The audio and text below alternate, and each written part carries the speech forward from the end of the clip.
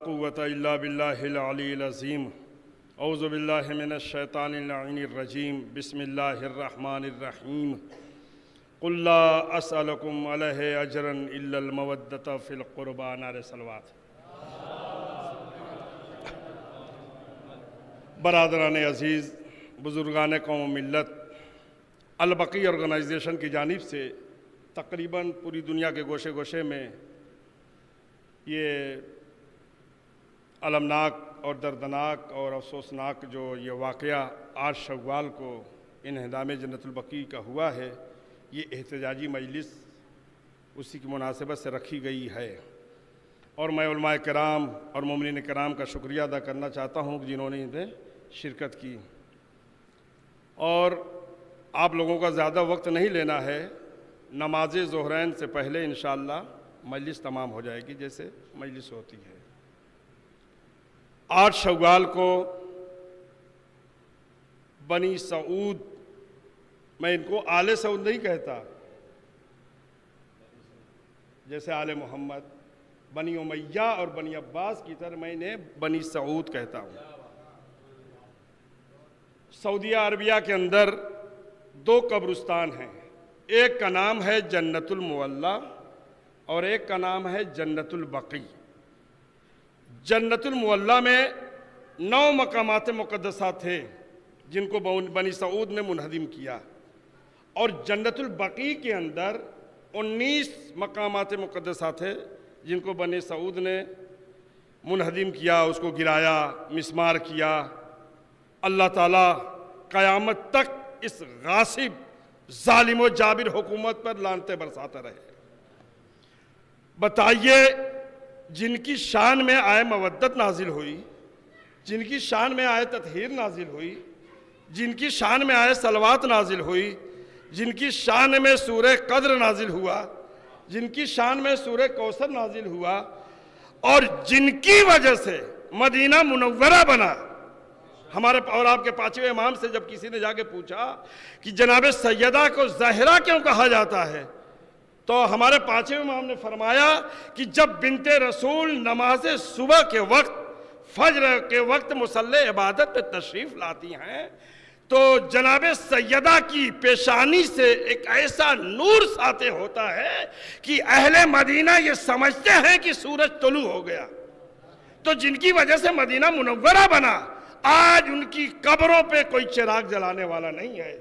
اور ہمیشہ دیکھیں، جنت البقیع ہی کہنا پتہ چلتا ہے کہ کوئی بہت معتبر، موثق، مبارک قبرستان کا نام ہے۔ جنت المعلیٰ جیسے کربلا معلیٰ، جنت المعلیٰ میں جناب ابو طالب، بی بی خدیجہ، حضرت عبد المطلب، حضرت عبداللہ لوگوں کی قبر ہے۔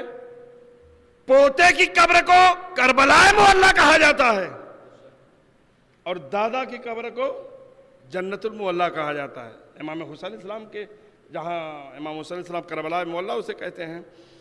اور جس دروازے پہ رسالت مآب نے 9 مہینہ یا اس سے زیادہ جا کے جھک جھک کے سلام کیا، السلام علیکم یا اہل بیت النبوہ، السلام علیکم یا معدن الرسالہ، اس دروازے کو گرایا بھی گیا، جلایا بھی گیا۔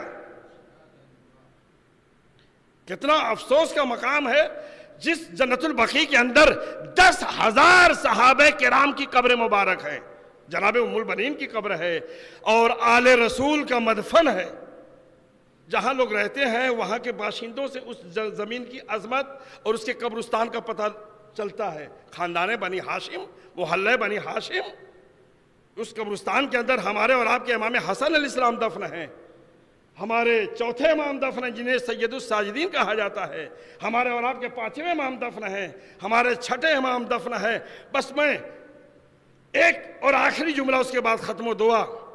کل کی صحابیت نے خلافت کا سہارا لے کر در زہرہ گرایا بھی تھا، جلایا بھی تھا، اور آج کی وہابیت نے بدعت کا سہارا لے کر قبر زہرہ کو گرایا ہے اور اس کو مسمار کیا ہے۔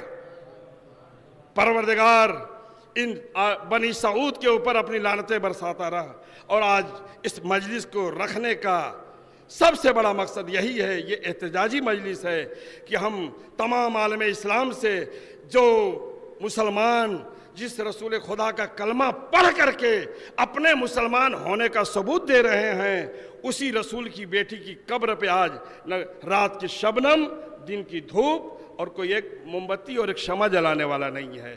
ہم سب مل کر دعا کرتے ہیں، بحق کے امام زمانہ جناب سیدہ کی ٹوٹی ہوئی پسلیوں کا واسطہ، جنت البقیع کو ریبیلڈ فرما، جنت المعلیٰ کو ریبیلڈ فرما، ہم میں سے جو بھی پریشان حال ہیں ان کی پریشانیوں کو دور فرما۔